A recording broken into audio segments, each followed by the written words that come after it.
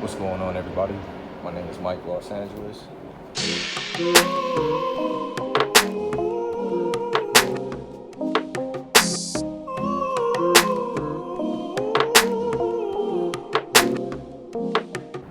What's going on, everybody? Mike, Los Angeles here, and this is my 2011 BMW 528i. Today I'm replacing my passenger side fender. As you can see, I got extensive body damage. So I went ahead and just bought an OEM fender, same paint, same year for the car. Got it on eBay for about 150 bucks. So, and I have the bumper on the way as well. Now, I didn't do this to the car. I bought the car like this intentionally. I got the car for a good deal. I don't know if you've seen any of my other videos. I'm gonna start posting a lot more. I actually did a lot of work to this car, but haven't filmed it. But I am gonna make some updated videos. And I did like most of the work myself. I got this car for a pretty good price, between 4,000 to 5,000, and 4,000 to 5,000, excuse me. And the main issues with this car when I got it was just like the valve cover gasket, and some other stuff that happened along the way because of the valve cover gasket. Eccentric motor gasket right here in there split because one of the bolts were stripped. I think it's this one, and I was able to figure that out and fix that. I haven't really seen any videos on YouTube explaining how, so pretty much just gonna be winging it here and just doing it myself. So I believe let me get out of the way. Only parts that you need are rivet puller, 10mm socket, and I would say maybe like a 6-inch extension. I got some other stuff here just in case, pliers and 8mm deep socket, plus the extension, just because sometimes 8mm are common on this car, but I believe it's a 10mm. So one of the bolts is right here at the top, which will need to be taken off on the inside, 10mm. And then you have another one wedged in between the corner. Let me see if I can zoom in on it. It's not too far below, but right in there. So the first one is right there to the left. The bottom one is right there, 6-inch, you get it. It's a piece of rubber padding right there that you just gotta move out the way. It looks like there's another one down there in the corner right here, but that's actually a screw from the other side. So those are the bolts that you'll be needing to take off on the inside. I'm not gonna actually film myself doing that, but I will film myself throughout the process of the whole car from the outside. From the outside, you gotta be removing this top panel, plastic, so it's pretty much all rivets across, and then you'll be having 10mm as well up top to take off. From the outside at the bottom, you gotta take out these plastic pins. And I think these ones broke prior from somebody else, so I think I got like a screwdriver set here, but you just need like a tiny little pin to stick in there so it can pop out. And I'll film that. There's no lines or no bolts across all the way until you get to the bumper. Now you don't have to take off the whole bumper, you just gotta take off the right side. If you ever took, I'll show a video as well, or make a video taking off the bumper, but pretty much just have to remove some bolts here just to take off the flap, and then to get under, take off the flap and to get underneath to be able to take off the bumper, and then get to the top side and take off the top side of the fender. And then pretty much that should be it. Disconnect the light from the inside as well. Oh, and then also have to remove the side skirt to get under to remove one 10mm bolt. And the way the reason why I know this is because I actually have the fender. So then this is the screw. I don't know if you can see, let me see. That's the screw that goes from inside out. Then you have the one bottom 10mm that you gotta take out, and then there's nothing across the line at the bottom until you get to that one right there. And it's also gonna be held in place by the bumper screws. Sorry, I don't know if you guys heard that plane going over State by Airport, but yeah, it's gonna be these two ones you gotta take out as well. That's pretty much it. I've done a lot of work on this car, a lot of cosmetic and some engine work myself. If you guys have any questions or anything, just let me know. If you guys actually like Beamers, 528s, I had E60 before as well, 530. Yeah. So I'm gonna get to it.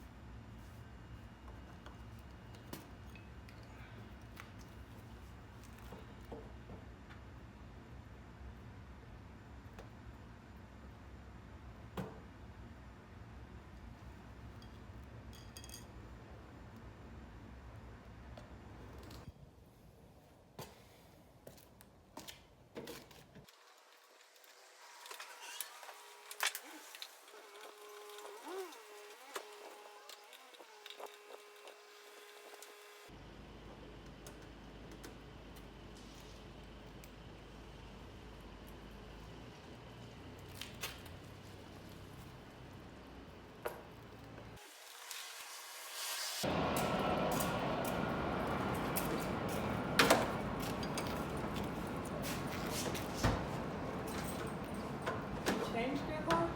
No, I'm just You changed the interior? No. Why a little lighter? It been like that. Hey.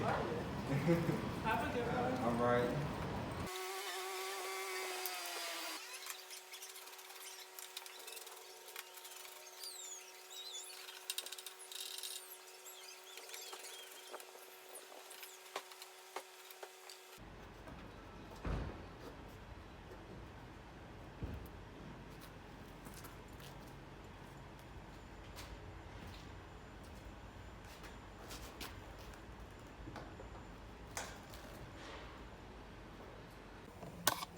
Okay, so like I said, I didn't want to really film this part right here, but I feel like it's important. So I got the top bolt off. As you can see, I don't know if you see the hole right there to the top.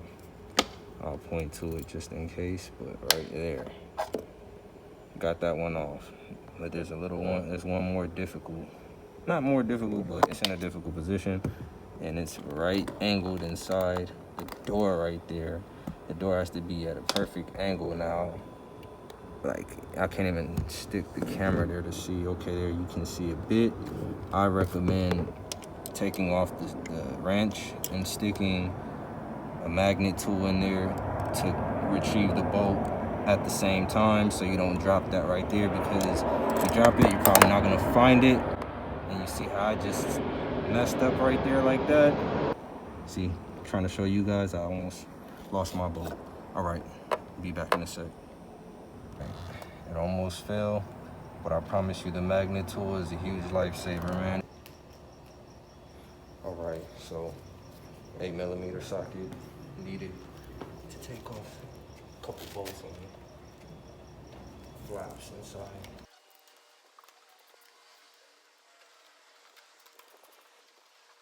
Definitely have your wheel turned to the left, so you can just have that space to work under here. It's definitely possible to take off the bumper without lifting the car, and I believe it's possible to take off the fender. We're gonna find out without having to lift the car.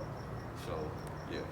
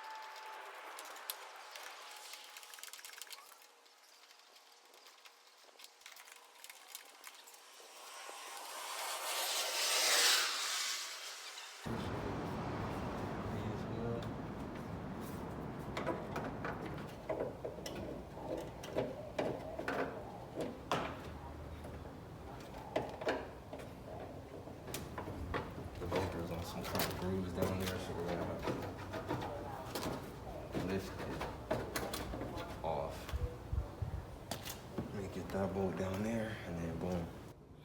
It was a little complicated, so I had to reverse the wheel back this way because this bolt right here on the inside, 10 millimeter, was super difficult to get to. And I was trying not to pull this out to get this from up under here. You want to go this way, pull out your flap and go inside and try to get that out. Now it's a little more difficult because these pins right here, and there was another one right here, was locking the car into place and form with this thing up there. And right here was locking it in place. Then you have this foam piece also keeping it in place as well. So a little difficult to get into there, but definitely manageable. All right, so there goes the new bumper. I only have one bolt on, which is that hard bolt on there. I'm still trying to align everything correctly, but old bumper, see, looks pretty good in the dark, but nah, super messed up. Glad to finally get that off. So yeah, you also be mindful that there's this piece in here that you need to connect that connects the bumpers down here. So you can probably see there goes one right there, and the other tip right here. It's not zoomed in, but there it is. There it is. Okay. So I gotta align that, plus move this foam piece to align it. There's another foam piece that likes falling right here that you have to align. The next thing will be this bumper. Got that nasty. Yeah, man.